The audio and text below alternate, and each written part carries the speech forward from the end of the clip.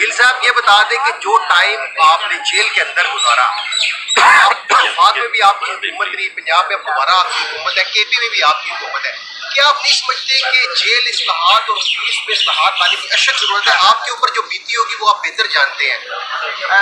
دیکھیے، آپ کی بات بالکل ٹھیک ہے۔ بنیادی طور پر ہمارے تو ساری چیزوں کا مسئلہ یہ کہ آپ جب یہ قوانین اٹھا کے دیکھتے ہیں جتنے بھی ہیں، میں وکیل نہیں ہوں، یہ جتنے بھی قوانین دفعات ہیں سب کچھ ہے، تو غلامی کے دور کی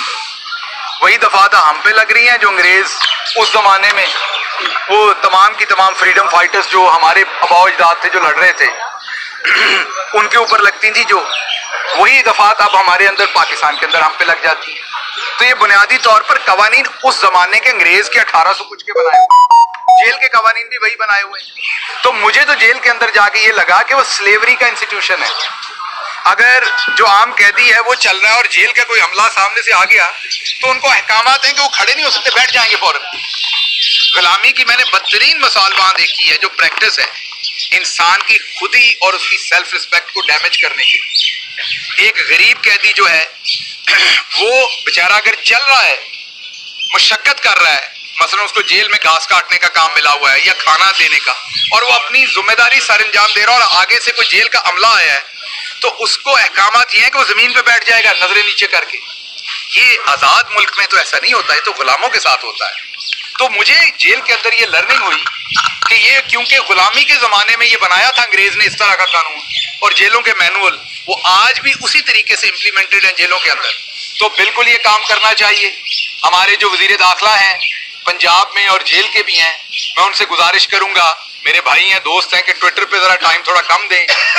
آپ ذرا تھوڑا سا وقت جو ہے وہ جیل کی اصلاحات پر دیں، جیل کے بارے میں سوچیں۔ وہاں پر جو لوگ قید ہیں، مثلا اڈیالہ میں بہت سارے ایسے لوگ ہیں جن کو گولیاں لگیں، ان کا کوئی وارث نہیں ہے، ان کی ٹانگیں ٹیڑھی ہو گئی، بالکل ٹیڑھی ہوئی ہیں ٹانگیں، وہ ہاسپٹل کے بیڈ پہ ہیں،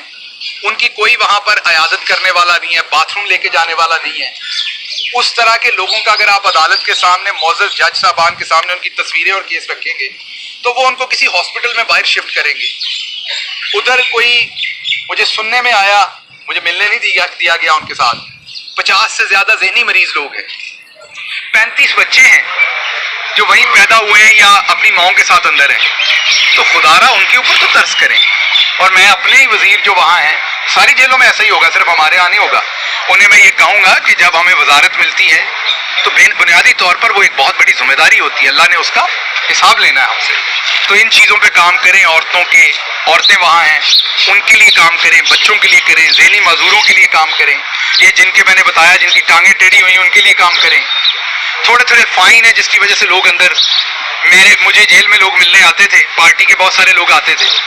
وہ آپ کو پتا ہمارے یہاں کلچر ہے، جو بھی جیل میں آتا ہے وہ پیسے دیتا ہے آپ کو، یا کوئی فروٹ لے کے آتا ہے، تو وہ جتنے بھی پیسے دیتے تھے وہ میں اس اکاؤنٹ میں جمع کرتا جاتا، اور جب میں آیا تو میں نے وہ سارے پیسوں سے وہ قیدی چھڑوا دیے جو فائن کے ساتھ چھوڑے جا سکتے تھے۔ اسی طرح میں اور بھی مخیر حضرات کو کہوں گا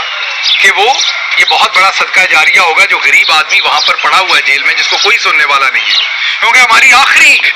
یہ سوچ ہے کہ جو چلا گیا جیل میں اس کے بارے میں نہ حکومتیں سوچ رہی ہیں نہ کوئی اور شخص سوچ رہا ہے۔ تو آپ کا یہ سوال بالکل درست ہے، جیل ریفارمز ہونے چاہیے، ہم نہیں کرنے، کسی اور نے نہیں کرنے، اور ہمیں سوائے باقی ایسے کام کرنے میں جن میں پرومیننس ملتی ہے، ان ایریاز پہ بھی کام کرنا چاہیے جس میں اصل میں غریب لوگوں کی آپ خدمت کر سکتے ہیں اور اللہ کی ذات آپ پہ راضی ہوگی۔